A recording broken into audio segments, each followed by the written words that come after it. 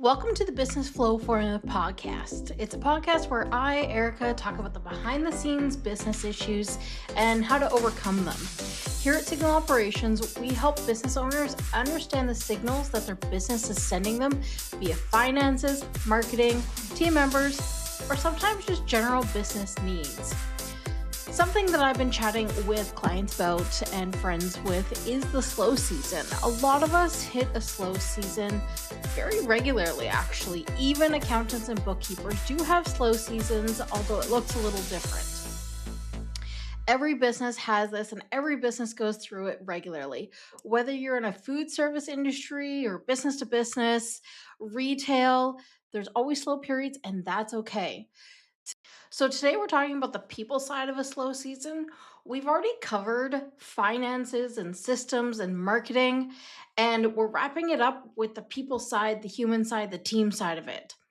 Now, if you've listened to the other episodes, you already know that I like to call our slow seasons exactly what they are and dealing with the stress of them.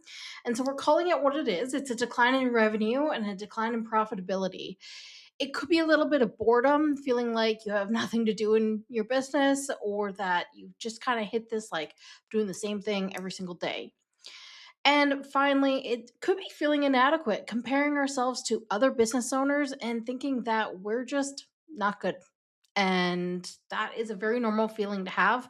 I know many of my friends in business have that.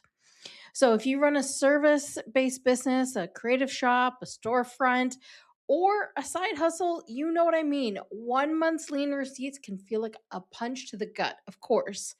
And today we're going to talk about slow seasons and why they hit so hard and how to protect your cash and your sanity and some practical things you can do right now.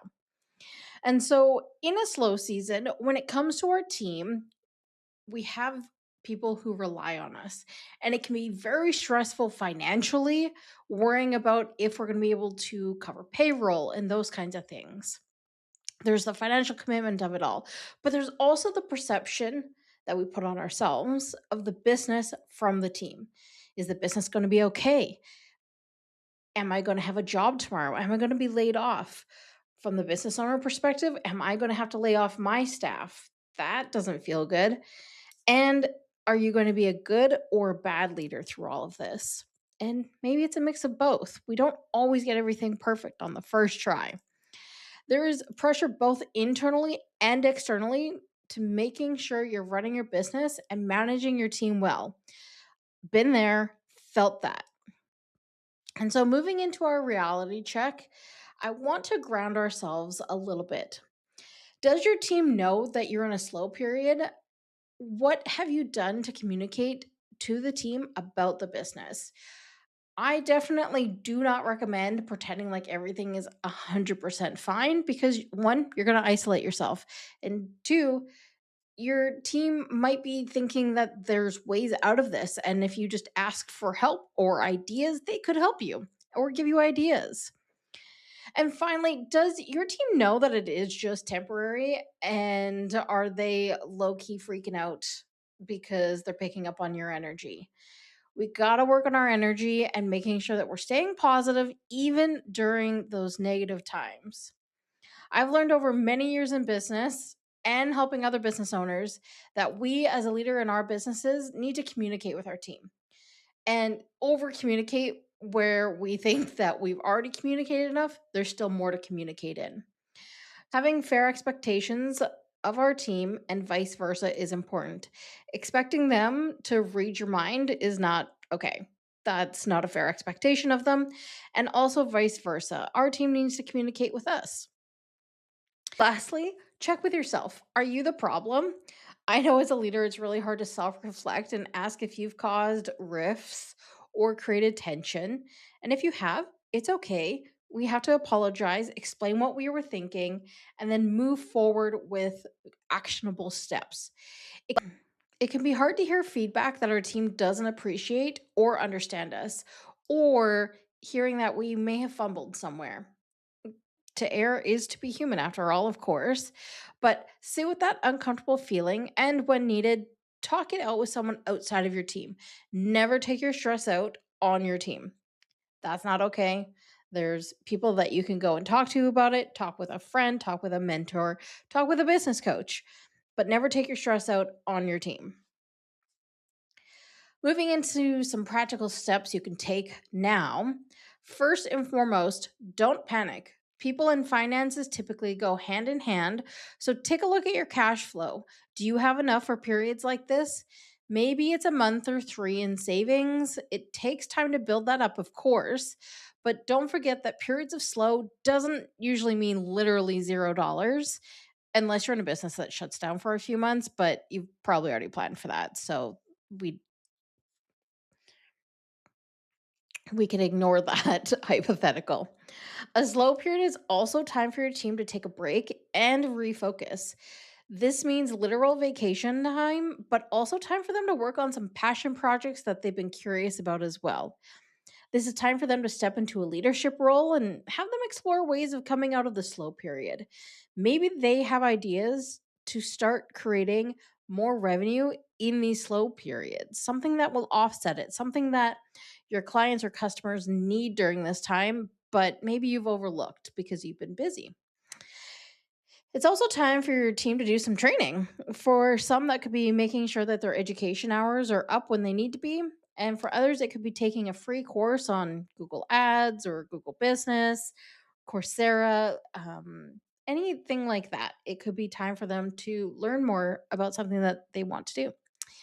And it, of course, is doing training to become certified in a software that you use or want to use. I know for us at Signal, we, of course, have our accounting software, but we have our payroll software, document storage software, Canva, you name it. There's so many different softwares that you can become certified or just deeper knowledge in. Have some one on one meetings with your team members to find out what they're passionate about and where they want to grow.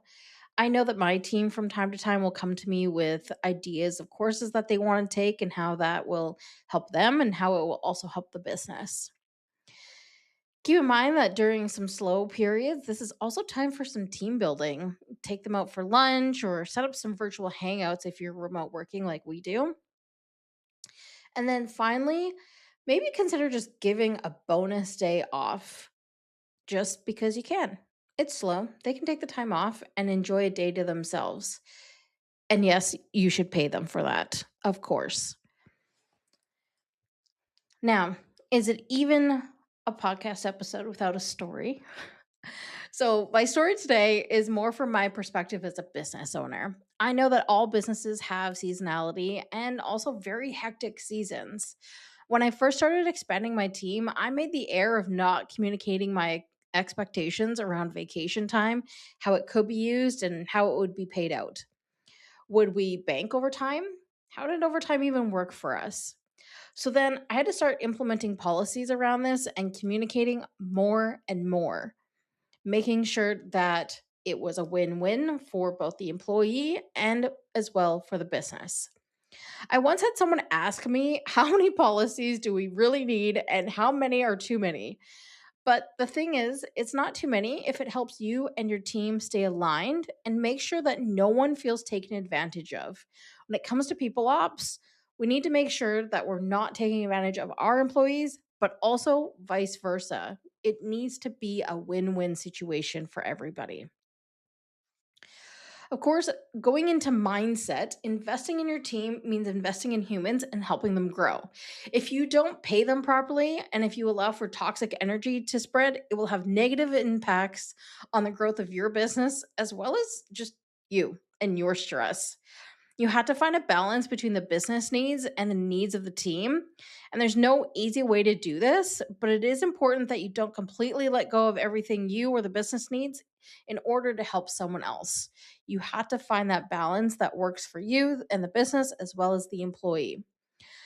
Keeping in mind, though, that time is money in business and in life. So keep in mind that paying a little bit extra to your employees to not have turnover and burnt out employees is actually going to save you in the long run. Happy and healthy employees is a happy and healthy business. If you're sitting here and you're like, okay, this is great, Erica, but like, now what? What do I do now? So here's the thing. Business owners generally don't always know everything. It's okay to ask for help and it's okay to accept that maybe we've been getting it wrong.